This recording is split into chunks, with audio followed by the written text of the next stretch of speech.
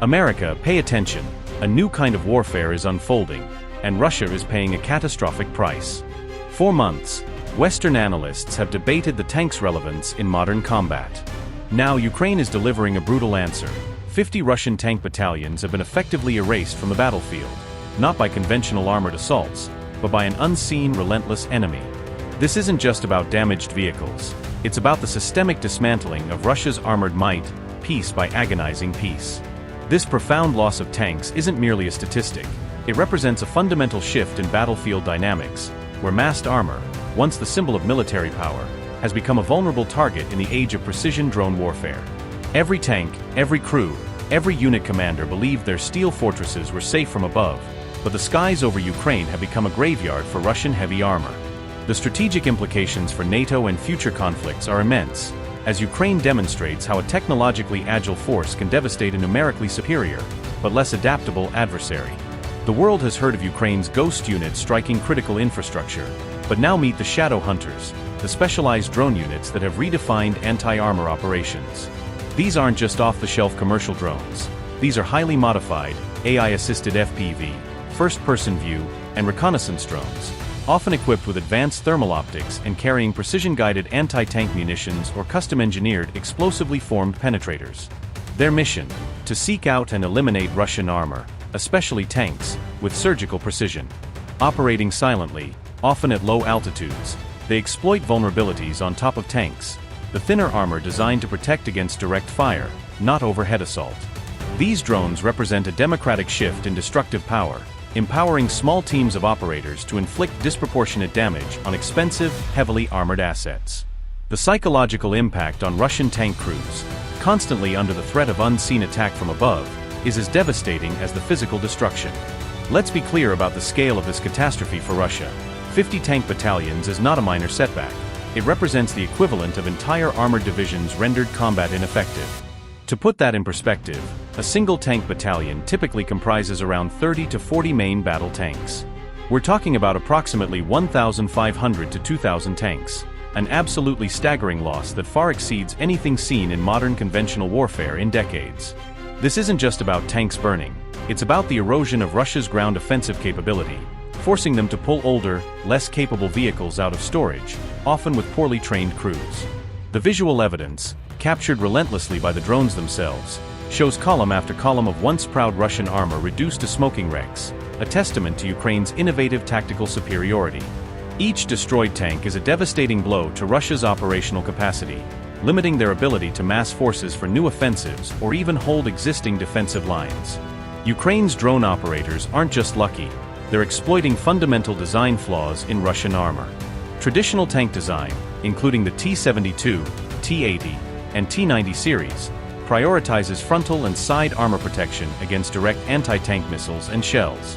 However, the top armor is notoriously thin, often just a few centimeters of steel, making it incredibly vulnerable to top attack munitions. This weakness is precisely what Ukraine's drones exploit. The FPV drones, guided by highly skilled pilots, can dive directly onto the vulnerable turret roof or engine deck, penetrating the weakest points with precision-placed charges. Even more devastating are the fuel tanks and ammunition storage, which, once ignited, lead to catastrophic turret tosses, where the force of the explosion blows the tank's turret completely off its chassis. This is a deliberate, systematic strategy to target the Achilles heel of Russian armored doctrine. Moscow is fully aware of the existential threat posed by these drones and has tried desperately to adapt. They've introduced crude cope cages, metal grates welded onto tank turrets, hoping to prematurely detonate incoming munitions or snag drones. They've deployed more electronic warfare, EW systems to jam drone signals, similar to their efforts around Bridge 305. Yet, these measures have proven largely ineffective. The cope cages often fail against shaped charges or simply don't cover all vulnerable areas. Ukrainian drone operators adapt rapidly, finding new angles or utilizing autonomous flight modes to bypass jamming. Russia's slow, centralized command structure and difficulty in mass-producing effective counter-drone technology means they are always a step behind. Their attempts to counter these nimble threats with static, often outdated, defenses are a testament to their technological stagnation and their inability to learn quickly from battlefield losses.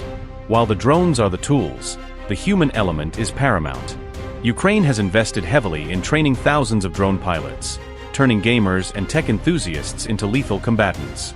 These pilots undergo intensive training, mastering complex maneuvers and target identification under pressure. They operate in small, agile teams, often with real-time intelligence from larger reconnaissance drones, allowing them to pinpoint targets and execute strikes with remarkable efficiency. This democratized form of air power means that every Ukrainian squad can now field its own artillery and air support, reducing reliance on heavy, often slow, conventional forces. The psychological impact on Russian tank crews, knowing they are constantly being hunted by an invisible, buzzing enemy from above, is immense, leading to demoralization, loss of aggression, and even desertion.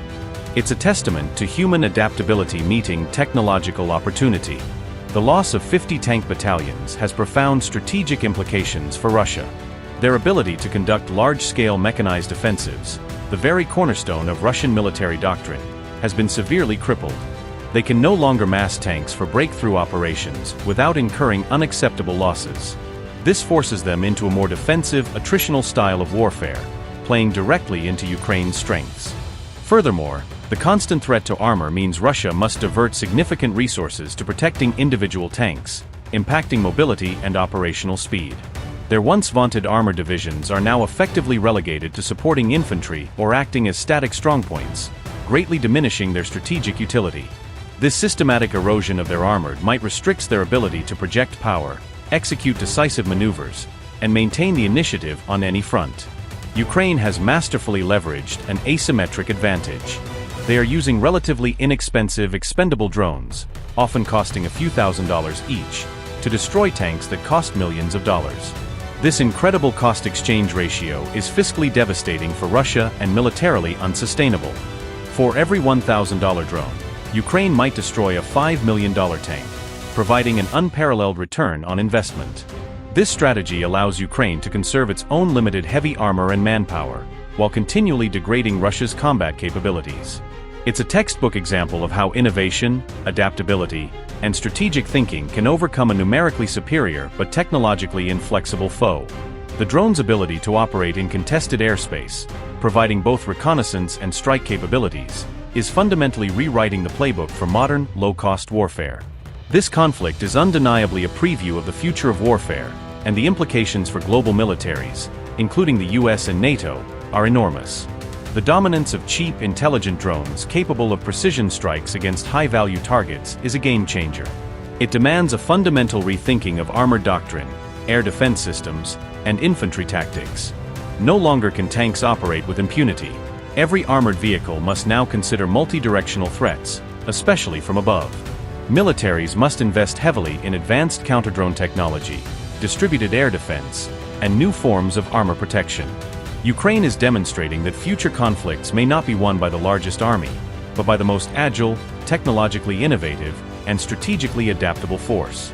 The drone shadow has fallen, and it's permanently altered the landscape of battle. The systematic destruction of 50 Russian tank battalions by Ukraine's stealth drones is a watershed moment in military history. It's a stark lesson in adaptation, innovation, and the devastating power of asymmetric warfare. This isn't just a defeat for Russia. It's a profound strategic victory for Ukraine and a critical case study for every military on Earth. The battlefield has changed, and the unseen hunters in the sky are dictating its new rules. If you want to stay ahead of the curve and understand how drones, AI, and guerrilla tactics are reshaping modern conflict, make sure you're subscribed and have hit that notification bell. Which new drone technology do you think will have the biggest impact next? AI swarms or loitering munitions? Let me know in the comments below. Don't forget to like, share, and subscribe so you won't miss the next Frontline reports.